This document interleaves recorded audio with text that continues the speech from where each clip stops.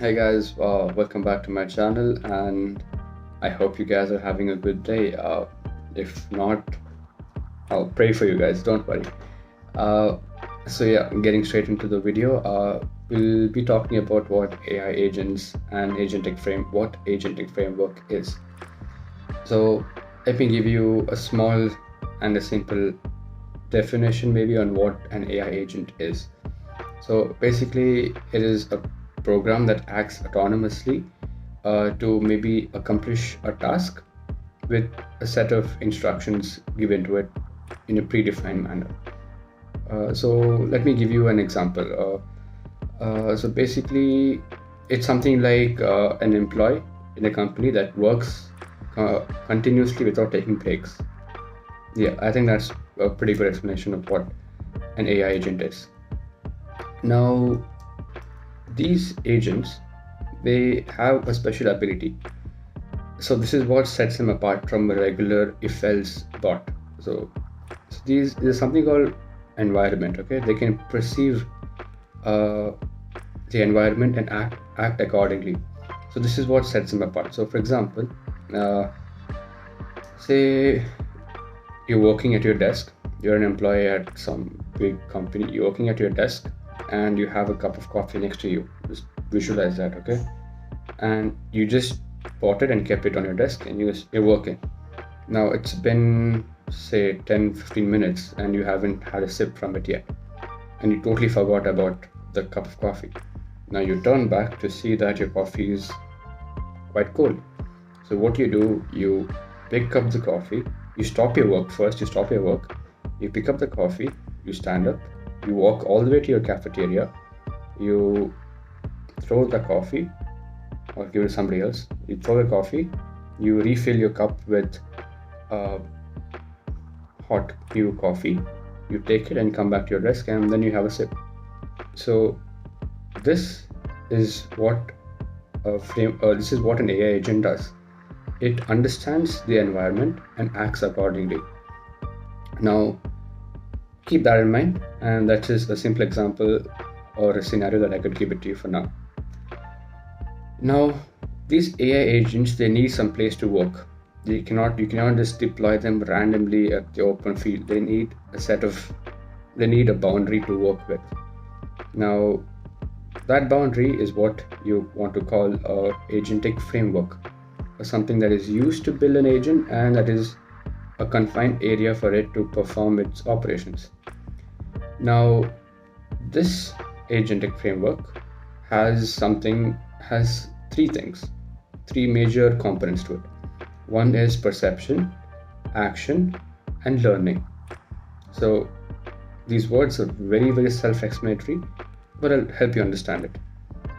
So perception. Now perception is the part where you analyze your environment and you perform actions based on that environment. Okay, and your actions is the operation that is being done on in that environment, on that particular instance on object. Next, your learning, which is the part where after you analyze, after you perform the action or the operation, you learn something out of it, be it positive or negative, or be it useful or not useful, be it correct or incorrect. So this agentic framework comprises of these three components, and this is how it performs its day-to-day tasks. Now let's talk about the types of agents. Okay, now let's just take it's a huge spectrum. Okay, so what we'll categorize them into maybe three for now. So the first one is going to be your proactive agents. So these agents are the agents that have a plan. So something like you guys, you have a plan for your future. So maybe down the lane for the next 5 years, you know what you're going to do. Not me, but yeah, so you know what you're going to do for the next 5 years, and you have it all planned out, and you will execute it year by year and concisely and without any deviation. So it's set, you're clear on what you're going to do, and you're done. On the other hand, you have your in the moment action based or action agents. So these agents react only when they are in that particular situation. Okay, so for example, let's just say I'm making a video right now and suddenly my mom comes in saying I bought pizza or I bought pasta, whatever. I may very immediately just stop the video and then go have food. So that is in moment AI agents. On the other hand, I mean not other hand, somewhere in between, you have the learning AI agents. So these agents, they are something like your ML models that learn how to play chess. So every move is planned. Like it's very almost similar to your proactive agent, but somewhere slightly better, because here they have the ability to learn. So in your proactive, it is a linear it's a linear branch, it's a linear workflow, but in your learning it's a very diversified branches. So you make one step, is it good or bad? If it's bad, come back, take another step. If it's good, continue. Next step, good, bad. If it's bad, come back. If it's good, go ahead, and so on. So that's a different type of agents that we have.